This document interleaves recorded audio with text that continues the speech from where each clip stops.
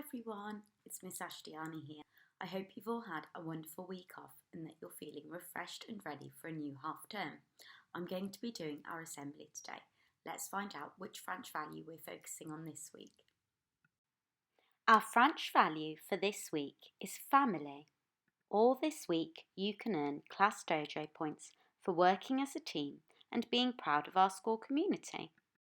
As part of this value, we are going to be focusing on something very important happening all throughout this month of June. It's LGBTQ+ Pride Month. It's a very important month, all about recognising and celebrating different types of love and different types of families. There are lots of different types of families. Some families are big. Some families are small. Some families have one parent. Some families have two parents. Some families have more than two parents.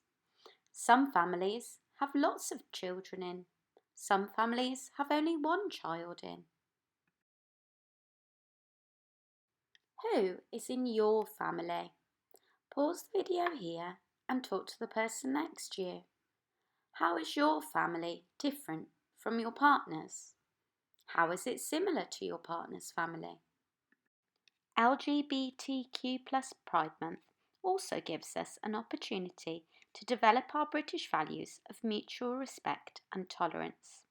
Throughout this month and every day, it's important to show mutual respect and tolerance. That means that we should celebrate diversity and treat others how we would like to be treated. Our Franche Golden Rule. I'm now going to read a very special story. It's called And Tango Makes Three by Justin Richardson and Peter Parnell, illustrated by Henry Cole. In the middle of New York City, there is a great big park called Central Park. Children love to play there. It has a toy boat pond where they can sail their boats. It has a carousel to ride on in the summer and an ice rink to skate on in the winter. Best of all, it has its very own zoo. Every day, families of all kinds go to visit the animals that live there. But children and their parents aren't the only families at the zoo. The animals make families of their own. There are red panda bear families with mothers and fathers and furry red panda bear cubs. There are monkey dads and monkey mums raising noisy monkey babies.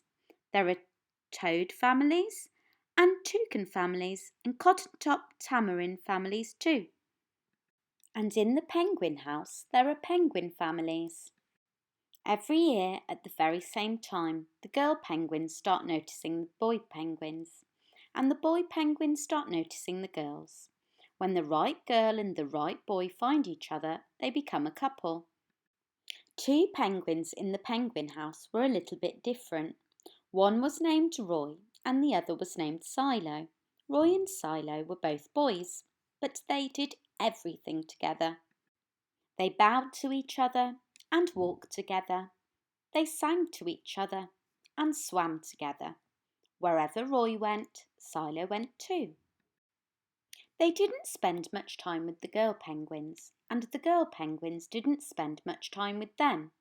Instead, Roy and Silo wound their necks around each other. Their keeper, Mr. Gramsay, noticed the two penguins and thought to himself, "They must be in love." Roy and Silo watched how the other penguins made a home, so they built a nest of stones for themselves. Every night Roy and Silo slept there together, just like the other penguin couples. And every morning Roy and Silo woke up together. But one day Roy and Silo saw that the other couples could do something that they could not. The mama penguin would lay an egg. She and the papa penguin would take turns keeping the egg warm until finally it would hatch, and then there would be a baby penguin. Roy and Silo had no egg to sit on and keep warm. They had no baby chick to feed and cuddle and love.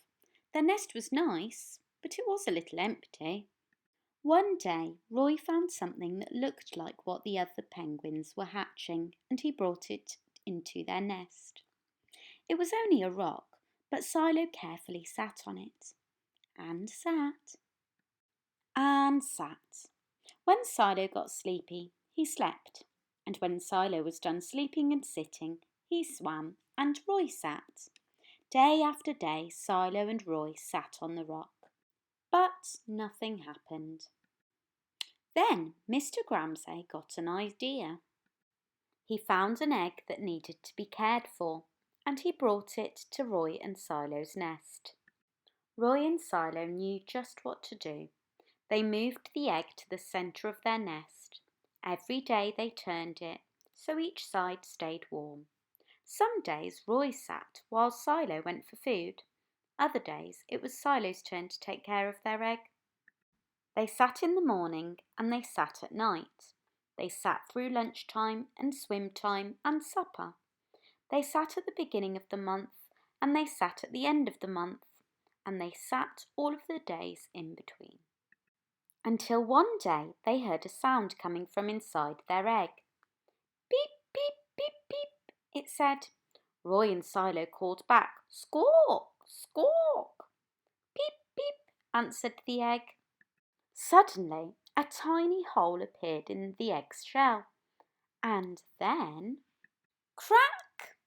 Out came their very own baby. She had fuzzy white feathers and a funny black beak.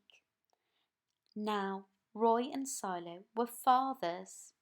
We'll call her Tango, Mr. Gramsay decided, because it takes two to make a tango.